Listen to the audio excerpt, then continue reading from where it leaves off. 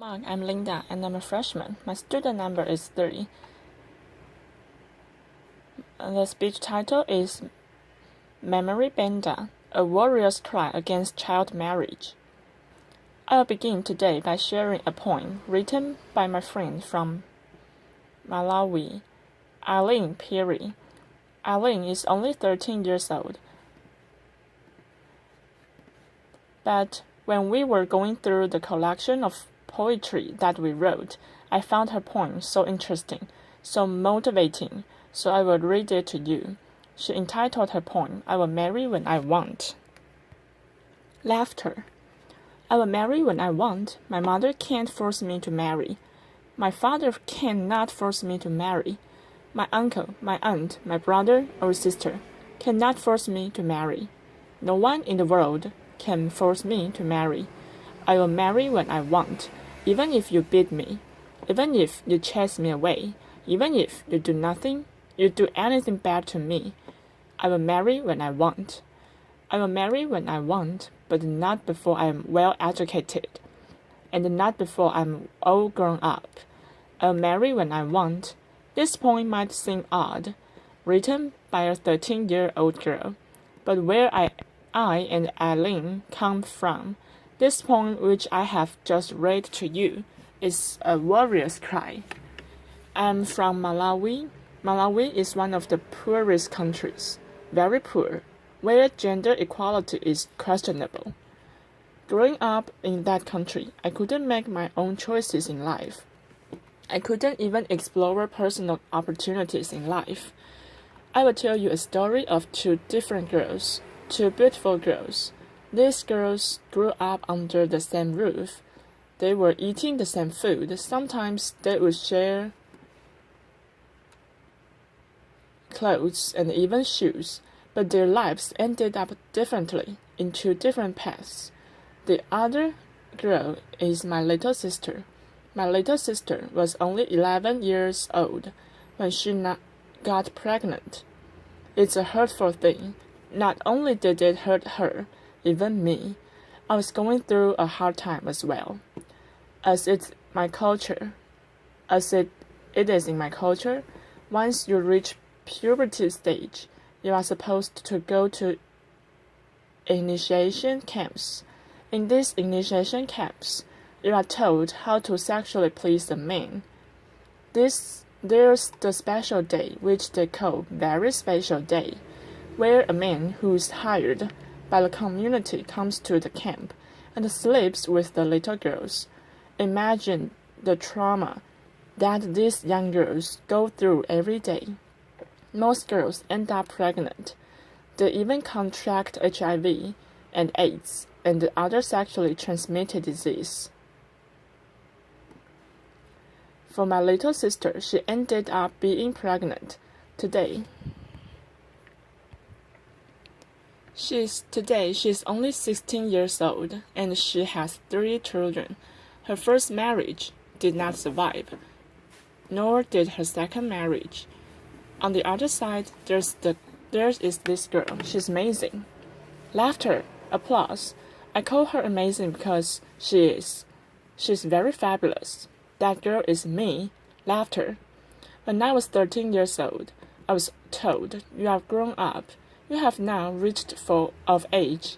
You are supposed to go to the initiation camp. I was like, what?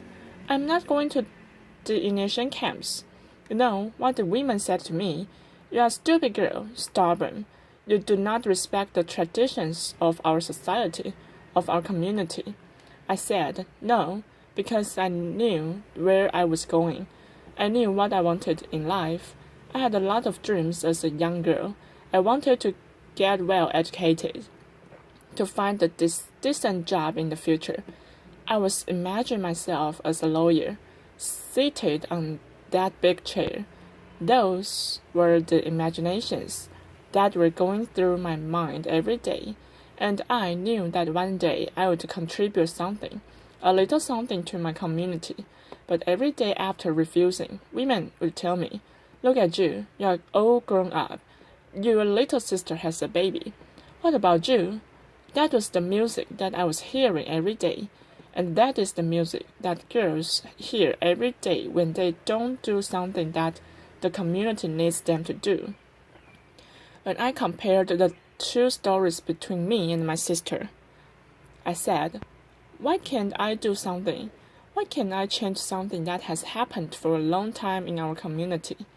That was when I called other girls just like my sister, who have children, who have been in class but they have forgotten how to read and write.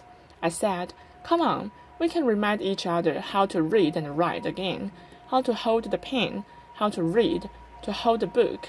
It was a great time I had with them. Nor did I just learn a little about them, but they were able to tell me their personal stories, what they were facing every day as young mothers. That was when I was like, why can't we take all these things that are happening to us and present them and tell our mothers, our traditional leaders, that these are the wrong things? It was a scary thing to do, because these traditional leaders, they are already accustomed to the things that have been there for ages. A hard thing to change, but a good thing to try. So we tried. It was very hard, but we pushed.